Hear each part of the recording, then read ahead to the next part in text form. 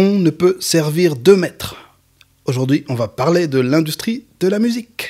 Yeah! C'est le podcast du pasteur. Bonjour à tous, c'est le pasteur Tito et nous sommes dans l'épisode 6 du podcast du pasteur. Le podcast qui a pour but d'apporter un peu de nuance et de la lumière dans ce monde gris et sombre. Comme d'habitude, on a nos 3 rubriques. Premièrement, les news du pasteur, ce qui se passe dans ma vie. Ensuite, le dossier du pasteur, où j'analyse ce qui se passe dans le monde chrétien. Et en troisième lieu, questions pour un pasteur. Et je réponds à vos questions. Commençons par les news du pasteur.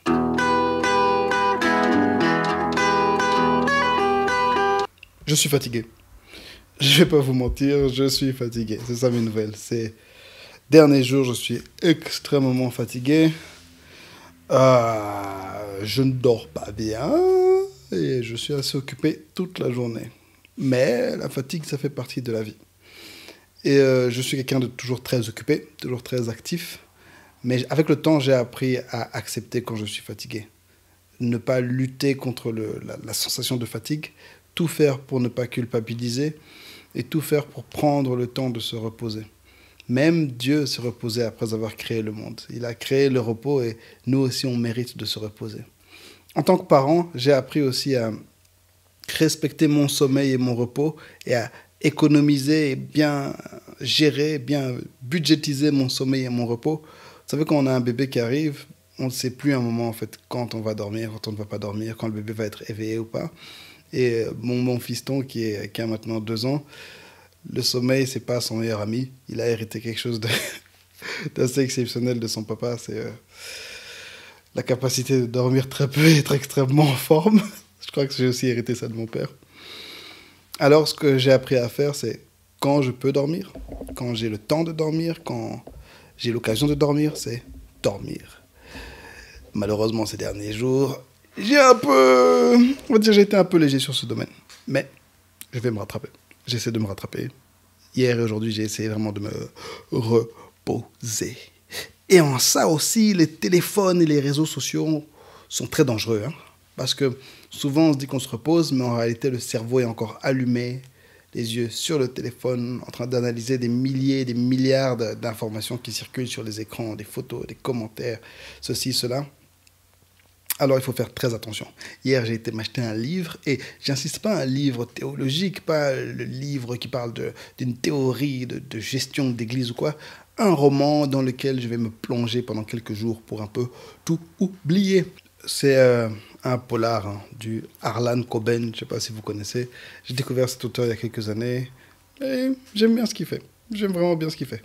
Mais un jour, je pense que je vais parler de ça quand même, parce que j'ai réalisé des trucs sur les romans. C'est quand même très, très, très immersif. J'ai l'impression que quand je lis un livre, je plonge encore plus dans l'univers et dans la psychologie des personnages que quand je regarde un film. Ce qui peut être nocif, en fait, si les personnages ont une psychologie négative ou timbrée. Alors, j'essaie de faire un peu attention, quand même, maintenant, aux romans que je choisis. Mais ça, on en parlera la prochaine fois. Alors, dans les prochains jours, je vais essayer de me reposer, surtout que ce week-end, je pars en France prêcher à une convention de jeunes, très gentiment invité par l'Église de Dieu en France, le directeur de la jeunesse, mon homologue français, qui m'a invité pour passer ces 3 jours avec ces jeunes. Je suis very excited. Je vais aller avec mon squad. 3 jours, je vais laisser ma petite famille et on va voir ce qui va se passer. Mais bon, je sais que ce sera bien. Quand les jeunes sont réunis ensemble dans la présence de Dieu, ça ne peut qu'être bien. Alors voilà, c'était les news du pasteur. Yeah! C'est la deuxième rubrique. C'est la deuxième rubrique, le dossier du pasteur. Alors le dossier du jour, c'est un truc qui me tient super à cœur. C'est quelque chose qui me passionne, je dirais. Ça concerne un domaine qui me concerne, en fait, qui concerne ce que j'ai fait depuis ces 20 dernières années. Le thème, c'est on ne peut servir de maître. C'est ça le thème de cet épisode. On ne peut servir de maître. Et là, on va parler de l'industrie de la musique. En l'occurrence, le dossier qui va nous permettre de plonger dans les dessous, dans les sous-verts, le versant, dans les coulisses. Il y a un mot, mais qui m'échappe, soit. Je suis fatigué, je suis tellement fatigué de la musique, de l'industrie de la musique. Cette histoire qui est sortie cet été, un rappeur chrétien a quitté son label. Il a quitté son label pour redevenir indépendant. Le rappeur, en l'occurrence, c'est un rappeur qui s'appelle No Big Deal, No, NobigdYl, point. Il y a un point à la fin de son nom. Il a donc quitté ce label avec lequel il avait signé un deal il y a un an. Ça a l'air d'une histoire très anodine comme ça, et pour la plupart des gens, je suis sûr que ça vous dit rien, vous n'avez même jamais entendu parler de cette histoire, même ces histoires de label et de record deal, ça ne vous dit rien, mais heureusement, le pasteur est là, et je vais vous expliquer tout en détail. Donc je vais vous parler en long et en large de l'industrie de la musique, et je vais vous expliquer maintenant la situation en détail de ce rappeur, et puis vous expliquer en quoi est-ce que ça nous intéresse, nous, le commun des mortels, et pourquoi est-ce que j'en parle. L'industrie de la musique. Ok, petit disclaimer, je n'ai jamais été ni proche ni loin de l'industrie de la musique. Je fais de la musique depuis plus de 20 ans maintenant, mais toujours en indépendant, toujours dans le milieu chrétien. Mais avec les années, j'ai pris le temps de me renseigner, j'ai pris le temps d'apprendre pas mal de choses. J'ai quelques amis qui ont été assez proches de l'industrie de la musique. Alors, voilà, je vous partage les choses que j'ai pu apprendre et je pense que ça pourra être utile particulièrement pour les jeunes artistes chrétiens. Écoutez, le papa va parler. N'importe quoi. Ok, c'est parti. L'industrie de la musique. L'industrie de la musique de manière traditionnelle. Là, on parle avant l'ère de YouTube et de Spotify, et de SoundCloud, tout ça. De manière traditionnelle, l'industrie de la musique est dirigée par des grands groupes musicaux. À l'époque, il y en avait 5, mais il n'y en a plus que 3. C'est ceux qu'on appelle les majors, les majors, les majors. Il y en a 3, donc c'est Universal Music Group, qui possède actuellement environ 40% de l'industrie. Sony Music Entertainment, qui possède environ 20%, et Warner, qui possède environ 11%. Et donc, ces trois majors, ensemble, possèdent la grosse majorité de l'industrie de la musique en termes de vente et en termes de sous-labels. Un truc qu'il faut savoir, c'est que la plupart des labels que vous connaissez, que nous connaissons à cause de chanteurs qu'on peut suivre ou de rappeurs qu'on peut suivre, sont en fait signés dans ces labels. Ils appartiennent en fait à ces majors. Donc des labels tels que Motown ou bien Bad Boy Records ou de P. Diddy ou bien Rockefeller de Jay-Z, etc. Ces labels sont sous les majors. Okay? Et c'est tout un système je dirais de poupées russes dans lesquelles à chaque fois il y a le major qui est le gros truc et dedans il y a toutes sortes de petits labels qui eux-mêmes ont des sous-labels sous eux et ça peut aller jusqu'à beaucoup de niveaux comme ça, jusqu'à ce qu'on arrive au final à l'artiste. C'est vraiment une question de contrat, de sous-contrat, et à chaque fois qu'on descend de niveau, en fait quelqu'un garde l'argent et la personne en dessous touche un peu moins d'argent et donne de l'argent au niveau supérieur, et au final ce sont les majors, les majors qui remportent le gros du paquet. Les artistes ne touchent presque rien, vraiment, c'est ça le truc. Et bon, il y a différents types de contrats. J'ai pas une connaissance vraiment des types de contrats, mais je sais qu'il y a toute la question des royalties, les contrats de publication et les contrats de distribution et des contrats, toutes sortes de types de contrats. Une des choses auxquelles souvent les gens se font avoir, c'est que, vous voyez quand vous entendez un artiste qui dit qu'il a signé un contrat de 1 million, 2 millions avec un label, ce qui se passe, c'est qu'en fait, cet argent, souvent, c'est une avance. Donc, le label te donne 1 million, mais avec cet argent, en réalité, tu dois payer ton studio, tu dois payer tous les gens qui travaillent pour toi, tu vas payer tous les limousines, les hôtels dans lesquels ils voyagent là. Au final, c'est eux qui doivent payer. Donc, on te donne ces 1 million, et après, tu as une facture qui t'arrive, voilà, en fait, avec les hôtels, l'argent du studio, l'argent de cela, tu dois payer 900 000. Ou bien parfois même, ça peut même être plus. Ou bien ce qui se passe, c'est que tu signes un contrat et là, on ne te donne pas encore d'argent. Et tu enregistres, tu vends, tu tournes. Et c'est ce qui s'est passé à des groupes, beaucoup de boys bands, par exemple, à l'époque, c'est ce qui s'est passé avec eux. C'est tu tournes, tu vends des millions d'albums, tu rentres à la maison et on te donne 10 000 balles, 1000 balles. comment il s'appelle, New Edition, le tout vieux boys band noir, le premier boys band de la nouvelle époque. Quand ils ont fini leur première tournée, on leur a donné 1,85 $. Parce qu'une fois que tout le monde prend sa part, ben, il ne reste presque plus rien pour l'artiste. Donc, il ne faut pas être impressionné quand vous voyez ni les gros chiffres qu'on peut donner, ni le style de vie super luxueux des artistes, parce que souvent, en fait, c'est des gens qui sont constamment endettés. Encore tout à l'heure, je regardais Kanye West qui donnait une interview. Il dit que l'année passée, il a gagné 185 millions, mais à la fin de l'année, le gars était endetté de 35 millions. Donc, tout ça, en fait, c'est un style de vie endetté. Ces gens vivent un style de vie souvent qui n'est pas sain, en fait. C'est pas de l'argent qui est vraiment à eux, c'est pas des trucs qui sont vraiment pour eux, et c'est pas qu'ils nous mentent, hein, mais voilà, ils vendent un style de vie qui est un peu fallacieux. Donc, il faut faire attention avec les deals. Souvent, il y a des contrats où on donne ça aux artistes et on leur dit qu'ils vont gagner 15%, mais de ces 15%, en fait, c'est pas 15% pour eux, c'est 15% pour toutes les personnes qui vont participer. Et bon, il y a différents types de contrats, comme j'ai dit. Parfois, c'est des contrats, c'est pour toute ta carrière, pour les disques. Donc, par exemple, on va te payer pour 4 disques, pour 4 albums. Et donc là, tu es obligé en fait de produire 4 albums dans une certaine durée. Et c'est pour ça que vous voyez que beaucoup d'artistes se pressent à sortir des albums. Parfois, les albums ne sont pas bons, mais ils sont obligés en fait contractuellement de produire ces albums. Certains contrats aussi, dans certaines clauses qu'il peut y avoir, c'est par rapport au master et par rapport à qui possède la musique au final. Ça, c'est un truc pour lequel Prince, hein, le chanteur Prince,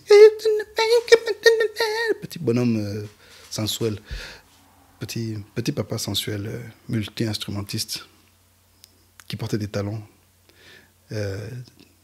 RIP.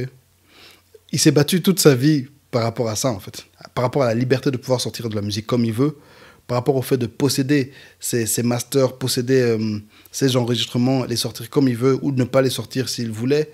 Ce qui fait que à un moment, il a même changé son nom, en fait. C'est pour ça qu'il s'était appelé, à une période, il se faisait appeler The Artist, parce qu'il ne voulait plus travailler sous le nom de Prince, à partir du moment où Prince appartenait à un certain label. Et il a changé son nom pour pouvoir avoir une plus grande liberté artistique.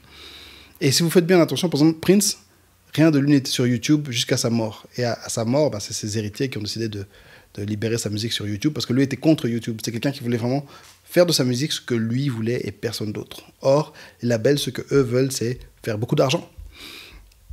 Et donc, il faut faire attention à ces contrats par rapport au fait qu'on peut posséder ta musique. Aussi, c'est pas seulement qu'ils possèdent ta musique, c'est la permission qu'ils peuvent donner à ta musique d'être jouée dans telle ou telle œuvre, à ta musique d'être remixée, à ta musique d'être interprétée par telle ou telle personne. Donc, ça peut être des petits contrats ou simplement c'est de la distribution.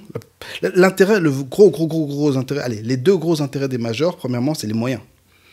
Si un major te signe ou tu es signé sous une subdivision subsidiaire d'un major, ça peut être beaucoup d'argent pour investir dans ton projet, autant dans les aspects purement artistiques que dans le studio ou dans le design ou dans la conceptualisation, je ne sais pas, ou dans la promotion aussi, mais aussi dans la distribution. Surtout à l'époque, c'était la distribution qui faisait toute la différence. Si tu étais signé chez ces gens, ta musique allait se retrouver dans tous les magasins du monde. Alors qu'un indépendant, allez, tu dois aller frapper à la porte de chaque magasin individuel, de chaque chaîne de magasins, pour qu'ils y placent ta musique. Alors que ces grosses sociétés, eux, ils ont les moyens de diffuser. Et même actuellement avec Internet, déjà, ils ont leur propre plateforme de vente qui sont partout.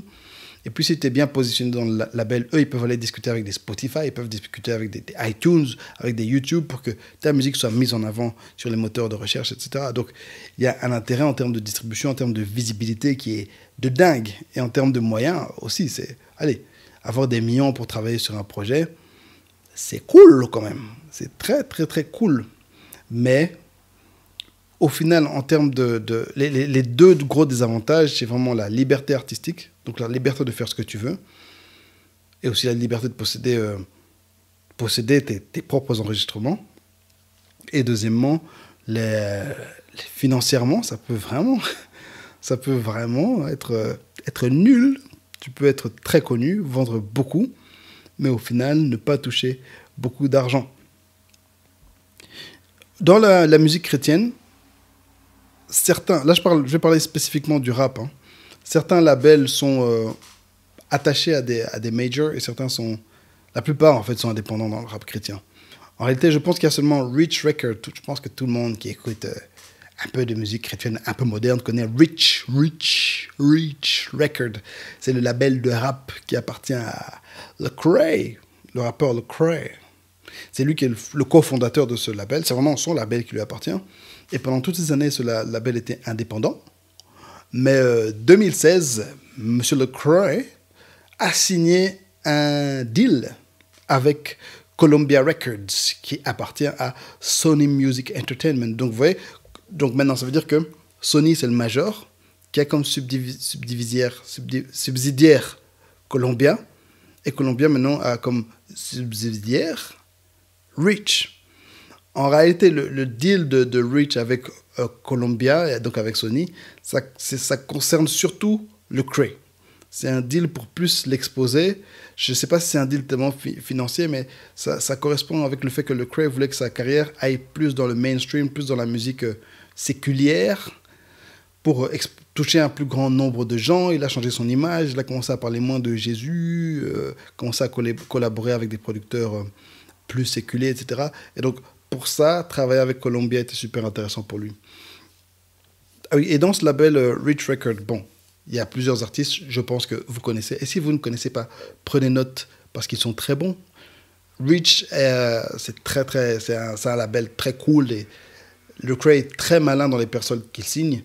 Donc, il y a les vieux membres, hein, c'est Lecrae, Tedashii, Tripoli, KB, Andy Mineo et Govee qui était beatmaker maintenant, qui est un artiste de musique électronique. Très intéressant. Et je pense même que c'est Govee qui vend le plus chez Rich. Et maintenant, ils ont signé des nouveaux 1K Few et What Up RG. C'est vraiment des tout petits jeunes qui font de la trap. Voilà, les rappeurs de trap tout petits, tout minces comme ça, et qui dansent beaucoup, et qui bougent la tête. Et ils ont des rastas. Voilà. Donc, si vous aimez le rap chrétien, c'est intéressant. Sinon, quelques autres labels. Hein. Ça, c'est des labels totalement indépendants que je vous encourage à suivre. C'est tout d'abord No Big Deal avec son label Indie Tribe. Indie Tribe qui est composé de Mowgli the Iceberg, de No Big Deal lui-même, de Jerry Mana et de What Up RG. En fait, Indie Tribe n'est pas vraiment un label. Indie Tribe est un collectif. J'en parlerai plus tard, mais la vision de Indie Tribe est un peu différente. Et avoir une vision est très importante. Enfin, on va y revenir dans la conclusion. C'est la conclusion, mais j'étais un peu pressé. Je vous demande pardon. Il y a aussi Dream Junkies, c'est un label qui appartient à Ruslan, un rappeur blanc d'origine russe. Très intéressant. C'est aussi un influenceur. Il est sur les réseaux. Il a un podcast et il fait plein de trucs super intéressants. Un label que j'aime particulièrement, c'est Humble Beast, avec Odd Thomas, Bry et Propaganda. Propaganda, c'est peut-être mon rappeur préféré, chrétien. Lui, il est plus dans le slam et le spoken word, mais je sais pas, j'aime bien ce monsieur. Propaganda. Donc, c'est le label Humble Beast. Eux, ils font vraiment les choses très différemment. Ils ont même une marque de café. Ils vendent du café, Humble Beast. Et les deux fondateurs de ce label sont des pasteurs. Ils ont une église. Et ils sont super intéressants. Ils ont une vision de dingue. Ils ont une conférence chaque année sur l'art et la créativité. Si vous êtes un créatif, vous aimez les choses créatives, suivez Humble Beast. Tout ça pour dire qu'il y a des labels. La majorité des labels sont indépendants. Mais tous ces gens dont je vous parle, c'est des gens qui vivent de leur musique. Donc, tu n'es pas obligé d'être signé à un major pour faire de l'argent et pour vivre de ta musique. Donc, c'est des choses qu'il faut bien considérer. Revenons sur notre ami No Big Deal. Donc, il a signé son label Indie Tribe. Encore une fois, personne ne sait jamais quel type de contrat les gens ont signé. Tant que la personne ne dit pas exactement quel type de contrat il a signé, personne ne sait. Ça peut juste être un contrat de distribution, ça peut être un partenariat. Par exemple, quelqu'un comme No Big Deal ou un Lecrae, ils peuvent signer un contrat avec un major juste pour leur carrière à eux et pas pour tous leurs artistes. Donc, c'est parfois un peu dur de savoir quel type de contrat ils ont signé. En l'occurrence, No Big Deal a signé chez CMG, Capital Christian Music Group. Donc c'est la division chrétienne du label Capital Music Group, qui est une subsidiaire. Oh mon, on va se calmer aujourd'hui. Ouh. Donc Capital Music Group est Capital Music Group est une subsidiaire de Universal Music Group. Donc vous avez, en réalité c'est Universal Music Group Company. So it's Universal Music Group Company. Universal, les gens qu'on appelle Universal. Donc Universal a une subsidiaire qui s'appelle Capitol, et Capitol a une subsidiaire chrétienne qui s'appelle Capital Christian Music Group. Et c'est pas un petit truc, hein. Déjà, Universal, c'est le plus grand major, et Capitol, quand je faisais mes recherches et j'ai vu les noms des artistes, Capitol, je parle de Capital Christian, CMG, hein. On va les appeler CMG. CMG, c'est Capital Christian Music Group, comme ça on est d'accord, CMG, ok. CMG, ils ont Hillsong qui est signé. Donc tous les Hillsong Music, Hillsong Young and Free, Hillsong United. Il y a Jesus Culture qui est chez CMG, Toby Mac, pour ceux qui connaissent un peu. Chris Tomlin. By the way, Toby Mac a perdu son fils aîné la semaine passée. Prions pour lui si vous le connaissez, c'est un artiste chrétien. Son fils avait 21 ans, il est décédé, on ne sait pas encore comment, mais prions pour lui. Chris Tomlin. Chris Tomlin, c'est le gars qui a écrit Forever, à jamais Dieu est fidèle. Il a écrit Our God is greater. Chris Tomlin, il a écrit How great is our God. Il a écrit c'est Indescribable, indescribable, you're the stars in the sky. Chris Tomlin, il a écrit un nombre incalculable de tubes chrétiens qu'on chante dans ma propre église et dans les églises du monde. Allez, en termes de worship, c'est un des plus gros artistes. Il est au niveau des Michael W. Smith et des Israel et ce genre de gars. Donc c'est de la grosse légume. C'est les plus grands noms en termes de worship. Hein? Et aussi, il y a des gens comme Toby Mac et d'autres artistes dont je ne connais pas le nom, je les ai oubliés en fait, qui sont des artistes de ce qu'on appelle le CCM, Christian Contemporary Music. Donc, en Amérique, dans l'industrie de la musique chrétienne, il y a le CCM, c'est un peu l'équivalent de la pop chrétienne. Okay? Et le worship, c'est le worship. Et on voit que CMG, ils ont beaucoup d'artistes worship, beaucoup d'artistes CCM, beaucoup d'artistes pop. Mais j'ai vu qu'il n'avait qu'un seul artiste de CHH, Christian Hip Hop.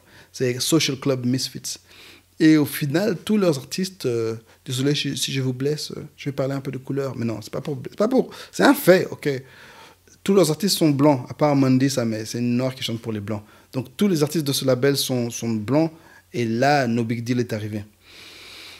Donc, on ne sait pas exactement les raisons qui ont fait qu'il a quitté. D'ailleurs, je tiens à le féliciter, à le saluer, parce qu'il a été extrêmement discret quant à ce départ. J'ai longuement recherché, et je n'ai pas vraiment trouvé d'explication quant à ce départ de ce label.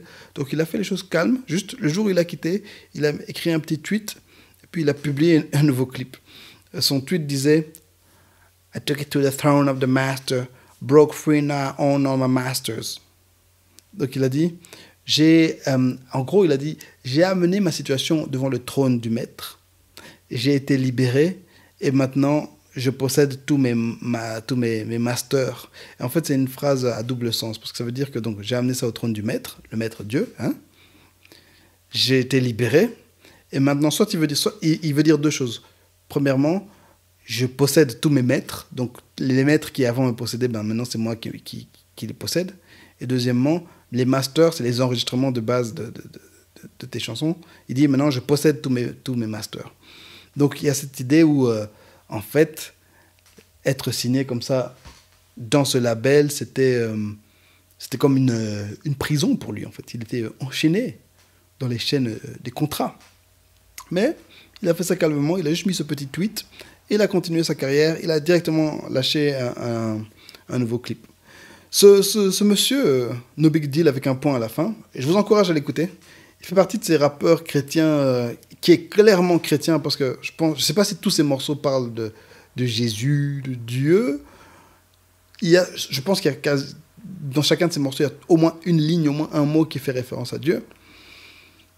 mais il est très créatif, très original. Il a un personnage très haut en couleur avec un grand sourire.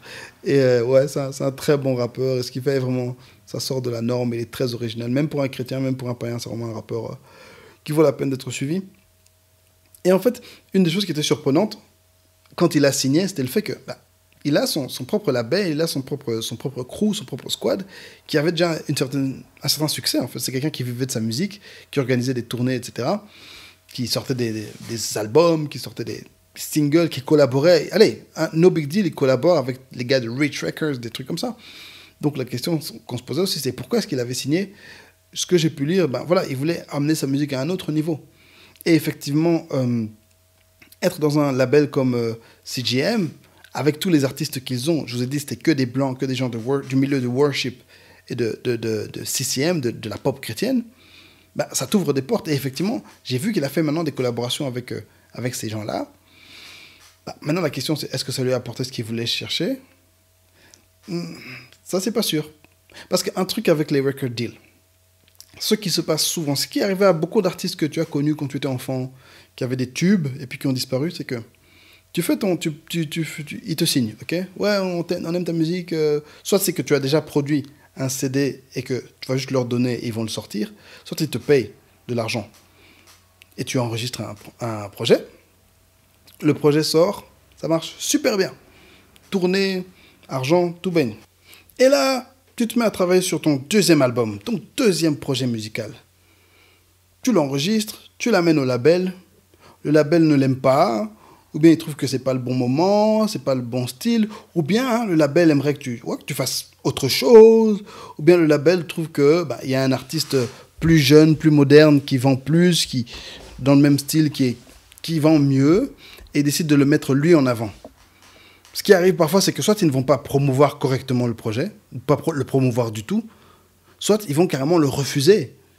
Et vu que c'est eux qui te possèdent, s'ils disent non, ton projet ne sort pas, ça ne sort pas. Et vu que tu es signé chez eux, tu as un contrat chez eux d'exclusivité, tu ne peux pas dire écoute, je vais aller ailleurs faire ma musique. Non, si tu fais ça, soit tu dois payer de l'argent, soit tu es bloqué dans l'industrie, ou bien ouais, tu peux effectivement signer ailleurs, mais rien ne te promet que tu seras mis mieux, qu'on va mieux te traiter dans un autre label que là-bas. Donc beaucoup d'artistes se retrouvent bloqués en fait comme ça. Ils ne peuvent pas sortir la musique qu'ils veulent sortir, de la musique qu'ils ont déjà enregistrée, ou bien la musique sort, mais de manière très tiède, et ça tue leur carrière. Alors, c'est peut-être ce genre de choses qui ont motivé Monsieur No Big Deal à quitter CMG. Un truc qui me semble possible, plausible, c'est le fait qu'ils ne sont juste pas spécialisés dans le domaine que lui fait, dans le hip-hop. Leur écurie ne correspond pas aux scènes et au public que lui veut toucher. Et on a essayé de le mener peut-être dans une direction qui ne lui plaisait pas, et il est parti. On ne sait pas, mais franchement, personne ne sait. Et au final, c'est pas plus mal parce qu'il s'en est sorti sans bif, sans insultes, sans clash sur les réseaux, sans articles de critique, etc. Il a juste continué sur une vague positive avec sa carrière, avec son projet, sortir des clips, faire ses collaborations. À ce qu'on sache, il n'a aucun bif, aucune dispute avec personne dans l'industrie. Personne n'a mal parlé de lui, il n'a mal parlé de personne. Et il continue à travailler et à avancer comme ça. Et encore une fois, j'applaudis la discrétion. Est-ce qu'on peut répéter le mot discrétion? Amen. Alléluia.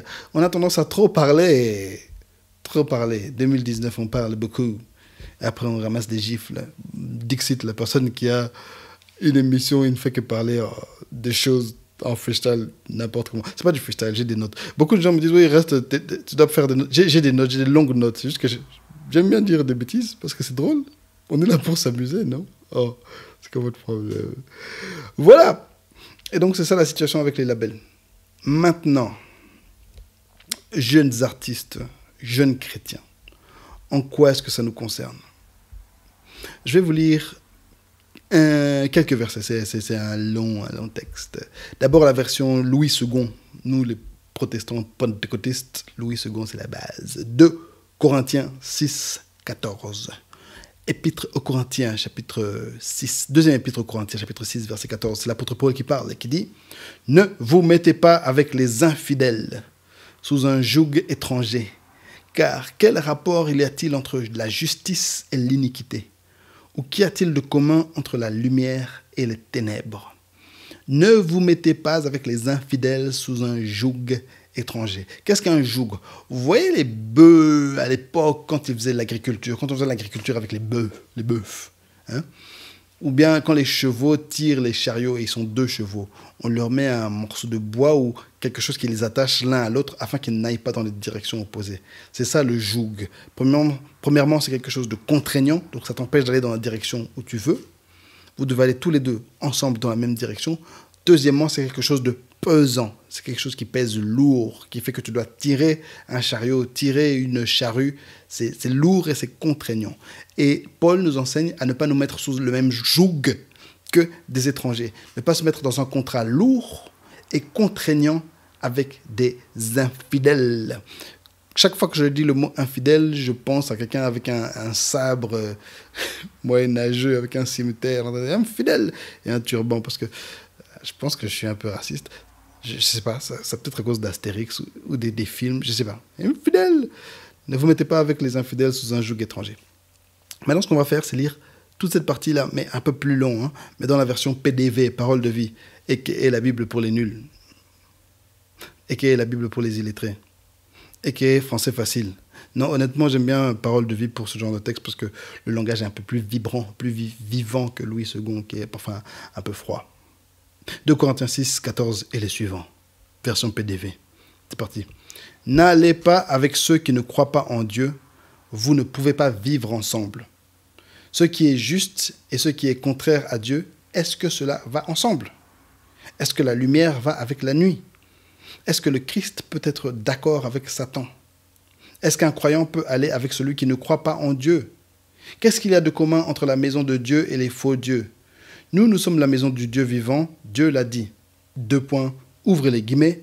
Je vais habiter et vivre au milieu d'eux, je serai leur Dieu et ils seront mon peuple. Fermez les guillemets.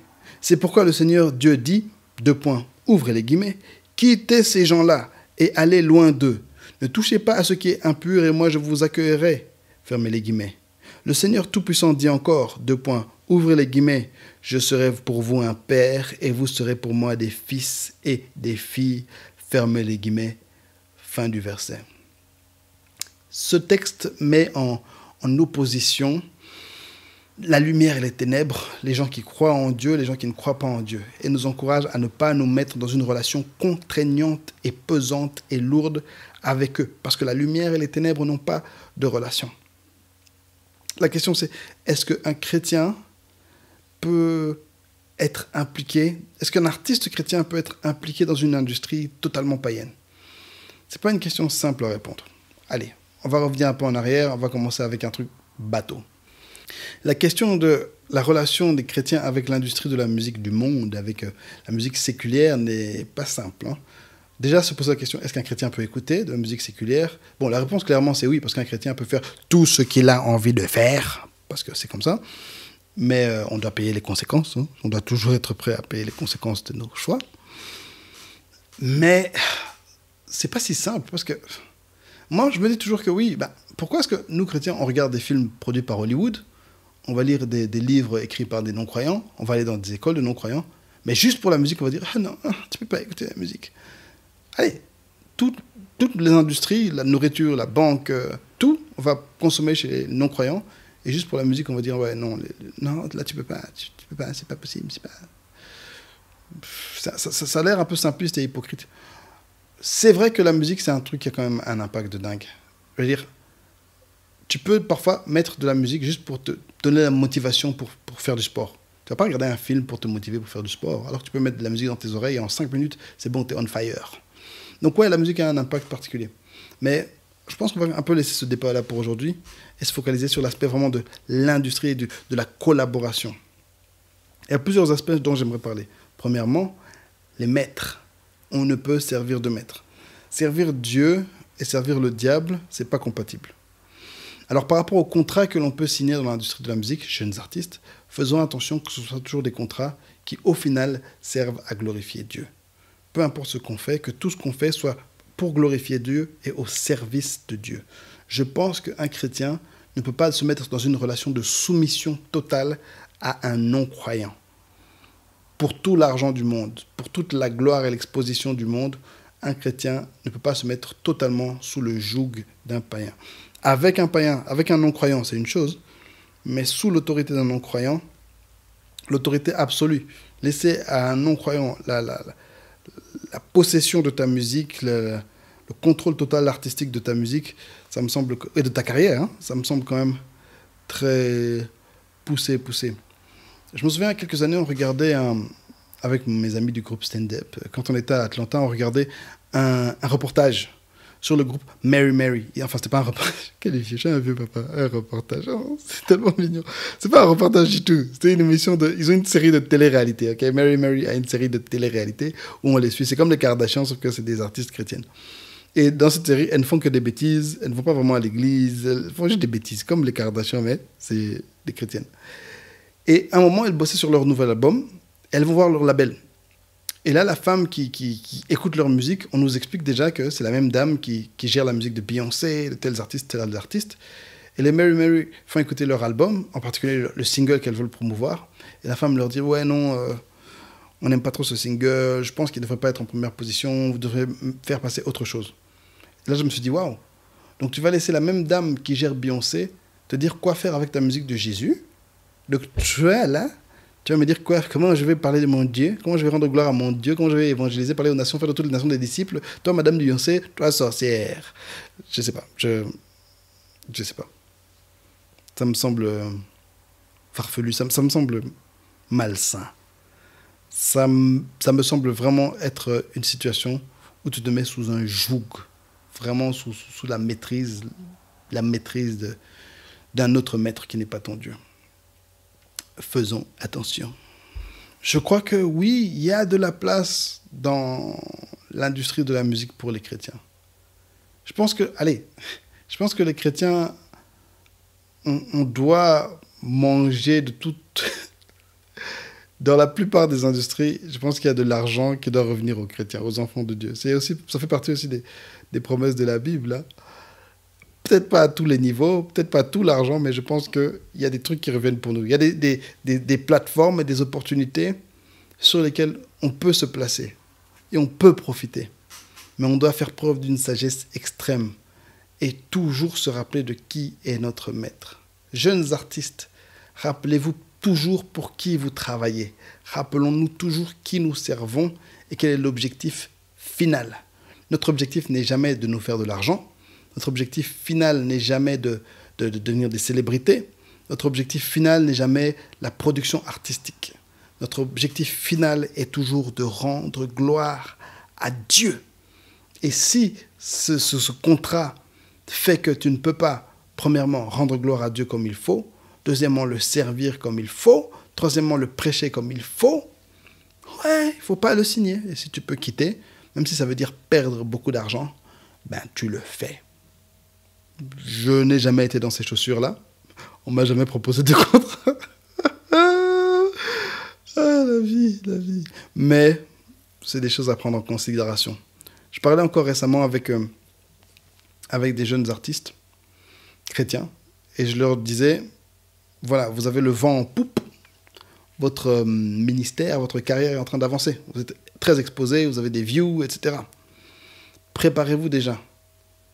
Écrivez votre vision. Parce que le jour où un label va vouloir vous signer, vous devez pouvoir dire, voici ce que nous sommes, voici où nous voulons aller, et voici ce que nous ne sommes pas prêts à faire. Et ils semblaient ces jeunes gens semblaient très légers sur la chose. Oh non, t'inquiète, on sait, t'inquiète, ça va aller. Et je leur ai posé certaines questions simples. Ok, si on vous propose ça contre 1 million, est-ce que vous serez tous d'accord? Si on vous propose de changer le nom de votre groupe, est-ce que vous serez d'accord contre 10 millions de dollars? C'est des questions, c'est bête, hein, mais il faut se poser ces questions. Tout revient à une question de vision. La vision, c'est ça qui va faire comment tu vas te présenter. Par exemple, prenons le milieu du rap chrétien. Il y a maintenant certains qui se présentent comme des rappeurs chrétiens, c'est-à-dire des rappeurs qui rappent au sujet de Jésus, au sujet de la foi, qui sont des chrétiens, qui le mettent de l'avant. Leur marque, c'est être chrétien, ils se montrent comme des chrétiens, ils promeuvent le lifestyle chrétien, ils promeuvent la parole de Dieu, l'Église, etc. Et ils rappent clairement de manière claire et explicite pour rendre gloire à Dieu. Mais il y a une deuxième sorte de rappeurs, c'est ceux qui se disent des chrétiens rappeurs. Donc, ils sont chrétiens, ok, et ils rappent.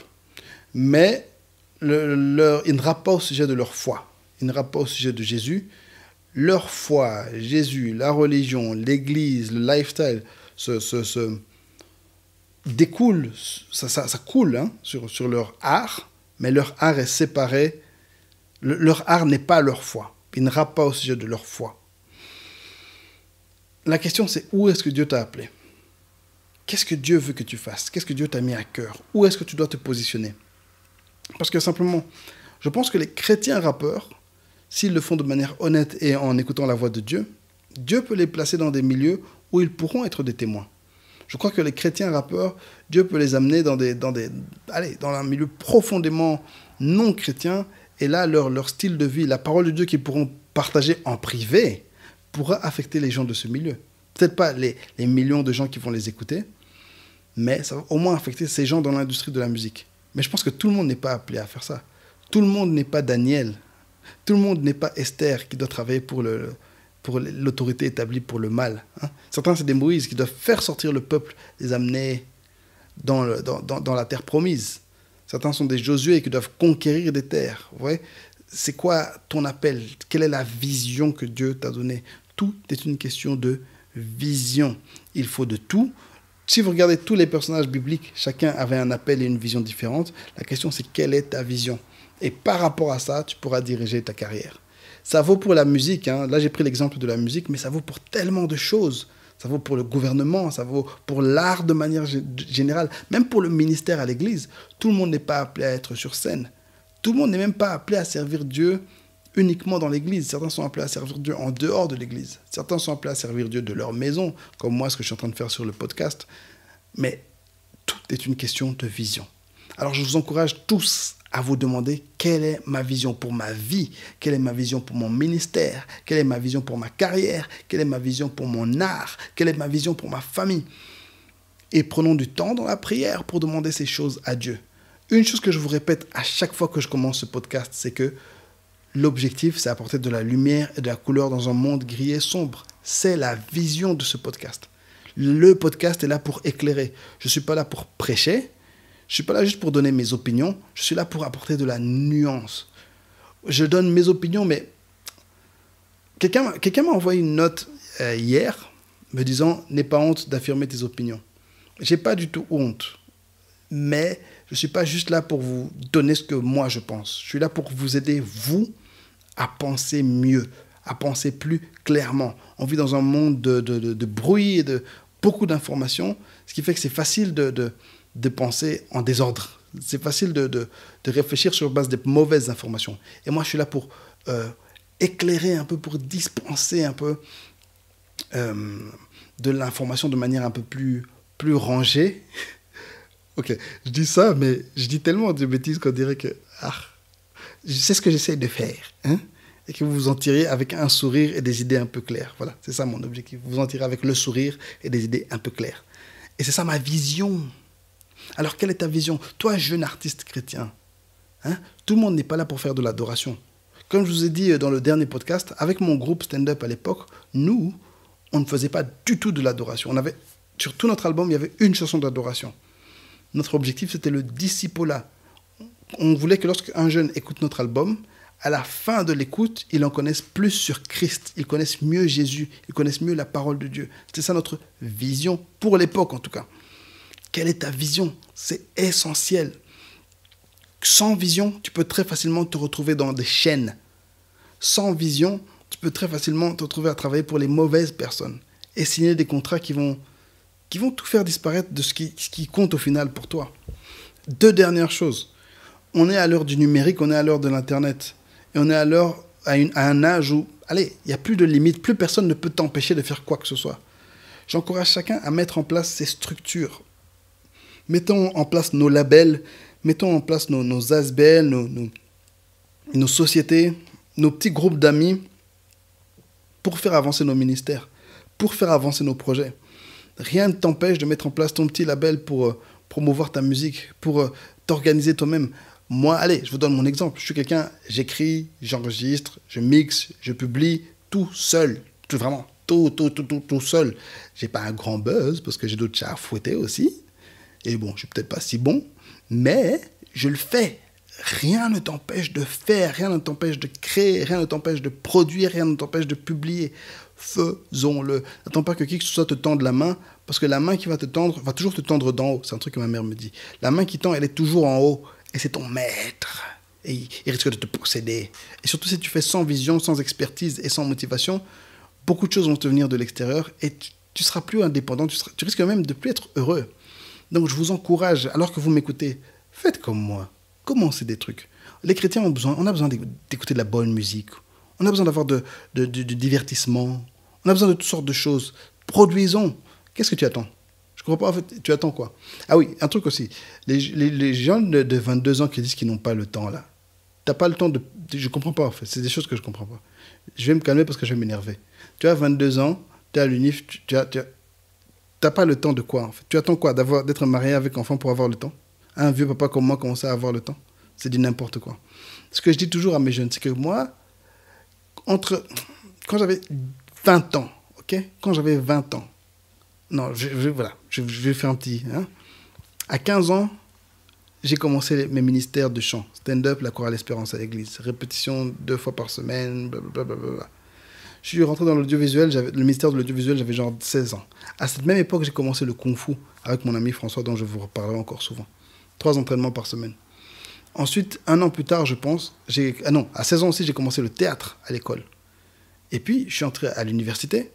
J'ai continué le kung-fu, 3 fois par semaine, autant que possible. Et là, à 21 ans, je suis devenu responsable de l'audiovisuel à l'église. J'ai quitté le kung-fu, mais j'ai continué le stand-up, j'ai continué la chorale, j'ai commencé à travailler dans le ministère des ados, j'ai commencé à travailler dans le ministère de l'intercession. Non, quelle intercession? J'ai jamais fait. Qu'est-ce que tu racontes? Le ministère de la traduction. Quel ministère de l'intercession? Moi, là. Vraiment, pasteur, t'es fou. Et j'ai tout ça en étudiant. Et puis, on a commencé à enregistrer avec stand-up et à tourner. Tout ça en étudiant. Bon, j'ai pris le temps aussi à l'université. Mais ce que je veux dire, c'est que si je réussissais parce que je faisais rien. C'est pas parce que j'étais occupé. Je faisais rien parce que j'étais juste mal organisé. J'étais un peu fainéant. À 20 ans, 21 ans, 22 ans, 23 ans, 25 ans, c'est les meilleures années de ta vie. Tu as tout le temps du monde. Prends le temps pour lancer tes projets maintenant. Si tu ne prends pas cette habitude maintenant, une fois que le bébé va arriver, mais mon frère, tu seras foutu. Tu ne sauras plus rien faire. À votre âge, là, lancez-vous. C'est quoi vos rêves? C'est quoi votre vision? Qu'est-ce qui brûle dans votre cœur? C'est quoi votre frustration? Tu la mets sur papier et tu commences. Je vais vous parler beaucoup de ça. Lancer des projets, c'est important. Faisons-le.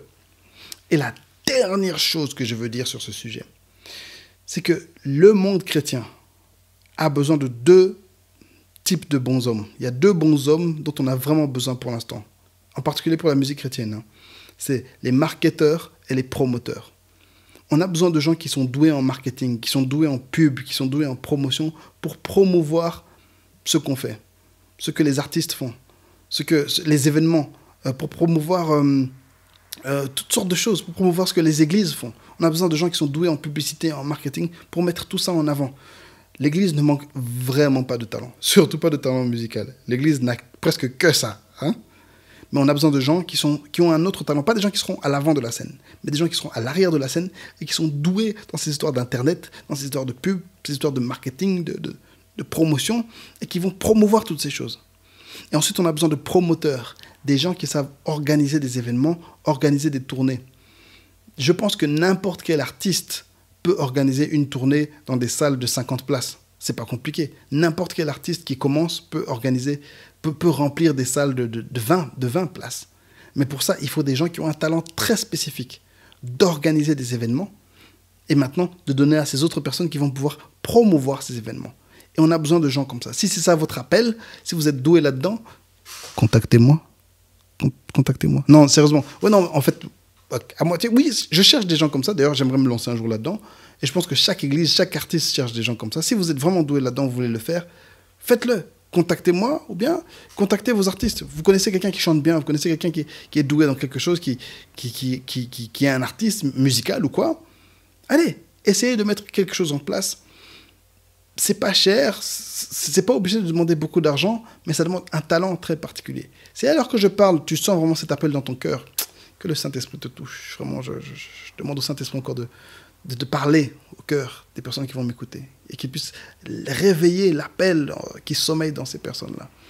Que dans mes auditeurs, il y a des gens qui se lèvent pour faire avancer la musique de Dieu, qui se lèvent pour faire avancer le milieu artistique chrétien. Au nom de Jésus, j'ai ainsi prié. Amen. C'était un bon sujet. Peut-être que ça ne vous a pas intéressé. Moi, personnellement, ça me passionne. J'espère qu'il y a des jeunes artistes qui vont écouter ça et qui vont réfléchir et qui vont changer leur manière d'agir. Si ça vous a touché, n'hésitez pas à m'écrire sur les réseaux, toutes sortes de choses. Ça me fait toujours plaisir d'entendre vos feedbacks. Et là, on peut enfin passer à la troisième rubrique. Question pour un pasteur. Quelqu'un m'a demandé pourquoi mes jingles étaient de la country. Tout d'abord, c'est de la country, mais c'est plus précisément du bluegrass. C'est vraiment la country qui vient des montagnes et vraiment de la campagne profonde. Et pourquoi est-ce que c'est ça? Because I'm a country boy. Voilà la réponse. Merci beaucoup. Question pour un pasteur, la rubrique où je réponds à vos questions. La question du jour, c'est comment savoir qu'on a besoin d'un mentor? Et comment choisir un mentor? Comment savoir qu'on a besoin d'un mentor? Et une fois que ce besoin d'être mentoré a été identifié, comment alors choisir le susdit mentor? C'est une excellente question et aussi une question vraiment, vraiment, vraiment importante. D'abord, qu'est-ce qu'un mentor?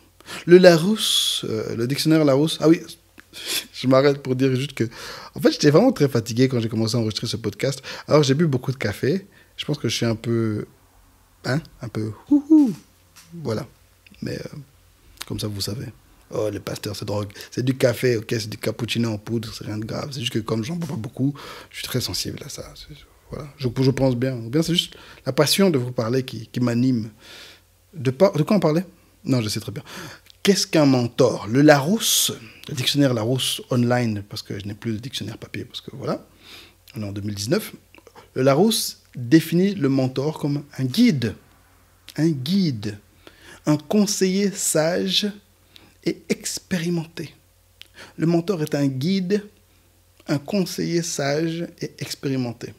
Donc c'est quelqu'un qui va te guider, qui va te montrer le chemin à suivre, qui va t'encadrer, qui va te suivre, qui va te conseiller. Et c'est vraiment très important. Parce que ce que j'ai remarqué, c'est que avoir de bons conseils, avoir un bon mentor, avoir de bons conseillers, te permet d'aller plus vite. Par exemple, moi, je suis devenu pasteur à 30 ans. Et mon objectif, ça a toujours été que mes jeunes, ceux que je suive, ceux qui ont l'appel pastoral, deviennent pasteurs à 25 ans. J'ai terminé les études à 26 ans, 25, 26, 24, je sais 26, 26, je sais pas, 25 je pense. Mon objectif, c'est que les gens que je suis, les jeunes que j'encadre, terminent leurs études à 21, 22, 23 ans. Parce que je veux qu'eux aillent plus vite que moi dans la vie. Je me suis marié à 33 ans. J'estime que quelqu'un que je suis et qui suit bien mes conseils peut se marier facilement à 27 ans, 26 ans. Ok ? C'est l'objectif, c'est aller plus vite dans la vie, éviter certains défauts, éviter certains accros, parce qu'on a les conseils de quelqu'un qui les a déjà vécus, ou quelqu'un qui peut nous aider à trouver un meilleur chemin. Je pense personnellement que tout le monde a besoin d'un peu de mentoring. Tout le monde a besoin de conseillers et de conseils. Bien entendu, tout le monde n'a pas spécialement besoin d'aller chercher un mentor extérieur. Il y a les mentors naturels. Okay? Par exemple, moi, je suis pasteur. Mon père est pasteur, ma mère est pasteur. Donc tout ce que j'ai à faire, c'est écouter leurs conseils. Ce sont mes mentors dans le ministère. Je n'ai pas besoin d'aller chercher ailleurs parce qu'ils sont suffisants. Bien entendu, je peux aller demander d'autres conseillers, mais j'ai déjà assez à la maison. Okay? Ça peut être votre grand frère, ça peut être vos oncles, vos grandes sœurs, ça peut être votre pasteur aussi qui est votre mentor. Donc Dieu place sur notre chemin des gens qui vont nous guider, des gens qui vont nous conseiller. À nous, à ouvrir les oreilles et à savoir se tourner vers les bonnes personnes. Mais une chose qui est importante, c'est trouver quelqu'un qui se trouve ou bien qui a déjà dépassé là où nous voulons aller. Imagine que tu veux réussir dans les affaires. Trouve quelqu'un qui a réussi dans les affaires. Un conseil que j'ai entendu une fois, c'est trouver quelqu'un qui a entre 5 et 10 ans d'avance sur vous. Pas 5 et 10 ans de plus que vous en âge, mais quelqu'un qui se trouve là où tu comptes te trouver dans 5 ou 10 ans. Et tu demandes maintenant à cette personne, ok, conseille-moi. Et ça demande parfois un peu de recherche. Déjà, réfléchis dans ton entourage. Nous qui sommes chrétiens, qui fréquentons les églises, c'est simple. Réfléchis dans ton église, réfléchis dans ta famille. Qui se trouve là où tu aimerais te trouver dans 5 ou 10 ans, ou même plus. Et va trouver cette personne, demande-lui de te conseiller. Ça peut être simplement un conseil ponctuel, tu poses des questions. Ça peut être, tu viens plusieurs fois vers cette personne, lui poser des questions, sans avoir eu la discussion, oui, je veux que tu sois mon mentor, etc. Non, ça peut être simplement des questions. J'ai des jeunes comme ça, parfois même qui ne sont pas de l'église, j'en ai certains qui viennent tous les X mois me poser des questions, et je leur réponds toujours gentiment. Mais, parfois, tu sens que, peut-être à cause des erreurs passées, parfois à cause de la position dans laquelle tu es actuellement, à cause de ton caractère, à cause de toutes sortes de facteurs, tu sens que tu as besoin d'un suivi plus guidé. Et là, c'est bien, effectivement, d'aller trouver quelqu'un et dire « J'aimerais que tu sois mon mentor ». Ce n'est pas obligé d'être une relation pour toujours. Quelqu'un peut être ton mentor juste pour une saison. Soit dit en passant, je ne sais pas c'est qui le chrétien qui a commencé à parler en termes de saison, mais cette personne mérite de l'argent. Parce que maintenant, je sais pas, on se considère un peu comme des arbres, comme ça, oui, ce n'est pas ma saison, j'ai besoin de la saison. Alors que les êtres humains, les vrais êtres humains parlent en termes d'années, nous on parle en termes de saison. Non, ce n'est pas encore ma saison, c'est ma saison. C'est ta saison arrive. Oui, tu trouves quelqu'un qui va te suivre pendant une période, pendant quelques années, pendant quelques mois, pendant une saison. J'ai eu quelqu'un comme ça qui était venu me voir, en l'occurrence c'était une jeune fille, et un truc que je n'aime pas, c'est être le mentor d'une jeune fille, surtout une jeune fille que je ne connais pas. Allez, j'ai mes enfants, j'ai mes bébés, hein. Par exemple mes anciens ados que j'ai élevés, je suis là. Bon, maintenant que ma femme est là, je compte beaucoup sur elle, hein, mais une jeune fille, ça, en l'occurrence c'était une jeune fille que je ne connaissais ni d'Adam ni Ève, qui m'a dit qu'elle voulait que je devienne son mentor. Je lui ai dit, ok, je te laisse 1 an. Au final, ça a duré, je pense, 9 mois, mais voilà, c'était juste pour un peu la diriger, et puis elle est partie toute seule. Donc oui, tu trouves quelqu'un, tu lui dis, écoute, j'ai besoin d'avancer dans la vie, je veux aller là, est-ce que tu peux m'aider à y arriver? Est-ce que tu peux t'assurer aussi que j'y arrive? Est-ce que tu peux me mettre un peu de pression? Si je ne te contacte pas, tu me contactes, etc. Avoir cette relation très proche. Maintenant, dans la personne que tu cherches, c'est vrai, il faut l'expertise, hein, la personne qui est là où tu veux aller, la personne qui a déjà parcouru le chemin et tu pourras marcher dans ses traces, mais il y a aussi le caractère qui est très important. Le caractère, tu veux quelqu'un d'honnête. Le mentor doit être quelqu'un d'honnête. Il ne faut pas quelqu'un qui va venir te mentir, te donner des faux conseils. Hein? Comment ça te mentir? Mais faisons attention, mais je vous assure, hein, c'est une des raisons aussi pour lesquelles j'ai fait ce podcast, c'est que j'ai remarqué dans ma vie que les gens aiment trop mentir aux jeunes. Les gens ils aiment mentir. Au lieu de dire la vérité, ils viennent mentir. On te dit, ah, toi tu réponds B'. Ça, c'est le mensonge. Les gens, ils veulent mentir aux petits. Il faut arrêter de mentir aux jeunes. Trouve quelqu'un qui est honnête, quelqu'un qui peut te dire quand tu vas... si tu fais une erreur, il va te dire honnêtement, tu as fait telle erreur. Et puis quelqu'un qui est aussi honnête sur ses propres erreurs, qui va s'ouvrir par rapport à ses erreurs pour t'illuminer, pour t'éclairer. Pas quelqu'un qui va se hyper lui-même, hein, essayer de se faire passer pour plus parfait, pour plus accompli qu'il l'est. Deuxièmement aussi, chercher dans le caractère quelqu'un qui est discret, quelqu'un qui ne va pas aller parler de tes dossiers à d'autres personnes, qui sait fermer sa bouche un peu, qui va garder, quelqu'un qui va garder pour lui. Quand tu lui parles, il va garder pour lui. Il ne va pas aller crier sur tous les toits, il va garder pour lui. Quelqu'un qui est discret. Et aussi, bien entendu, quelqu'un qui est disponible. Hein? Quelqu'un qui pourra prendre un peu de temps en temps, pour des one-on-one, te parler face à face, fara, comme on dit dans la belle ville de Kinshasa. C'est important. Et ça peut être quelqu'un qui te suit juste pour un aspect, hein. Ça peut juste être pour ton business, ça peut juste être dans ta spiritualité, ça peut juste être dans ton ministère, ça peut juste être pour le chant, pour je ne sais pas quoi, juste pour un aspect. Tout le monde, je pense, n'est pas appelé à avoir un mentor total pour toute sa vie. Non, c'est pas réaliste. Mais je pense que chacun peut avoir des guides qui conseillent pour des choses précises. Et effectivement, je constate que les gens qui ont ce genre de choses, qui sont dans ce cadre-là, avancent plus vite dans la vie, évitent certaines erreurs et sont plus sereins. Plus sereins. Voilà. C'était la question pour un pasteur. N'hésitez pas à me poser vos questions encore une fois. Vous savez où me trouver sur les réseaux sociaux. Merci à tous. Franchement, merci tout le monde pour les feedbacks, encore une fois. Merci pour les messages. Merci pour les partages. Merci pour les fromages. Ok, j'ai essayé de trouver un truc qui rimait, mais j'ai pas trouvé. Merci, merci, merci d'être là. Merci de passer ces moments avec moi. Je me marre vraiment bien avec vous. Et n'hésitez pas à partager le podcast, à vous abonner sur les différentes plateformes, Spotify, iTunes, Castbox. Ah, YouTube maintenant. Le podcast est sur YouTube. Commentez aussi. Sentez-vous libre de commenter. Je vais écouter, je vais lire vos commentaires. Ça me plaît bien. C'est utile, ça me fait rire, c'est distrayant. Puis ça bénéficie au peuple de Dieu. Ah oui, sur iTunes, mettez-moi des étoiles, s'il vous plaît. J'ai besoin des étoiles, comme ça va me faire avancer dans la machine de iTunes. L'objectif de ça, je ne sais pas c'est quoi. Avoir une plus grande audience, je crois. Hein. Je pense que ça peut aider. Posez-moi vos questions, encore une fois, je répète ça. J'ai vraiment envie de savoir ce que vous voulez par rapport au podcast, pour les questions du pasteur, mais aussi, si vous avez des dossiers, des articles qui sont intéressants, envoyez-les-moi, peut-être que je vais en parler. On ne sait jamais. Je choisis. J'ai quelques sujets qui sont déjà préparés, mais chaque semaine, en fait, je suis un peu ma passion pour voir voilà, qu'est-ce qui me botte. Ces jours-ci, qu'est-ce qui me botte bien. Voilà, ce que j'ai envie de parler. Voilà, parce que c'est pas facile de parler pendant 1 heure de trucs. Alors, j'essaie de trouver des trucs intéressants. Parce que si ça m'intéresse, moi, je pense que ça va vous intéresser, vous.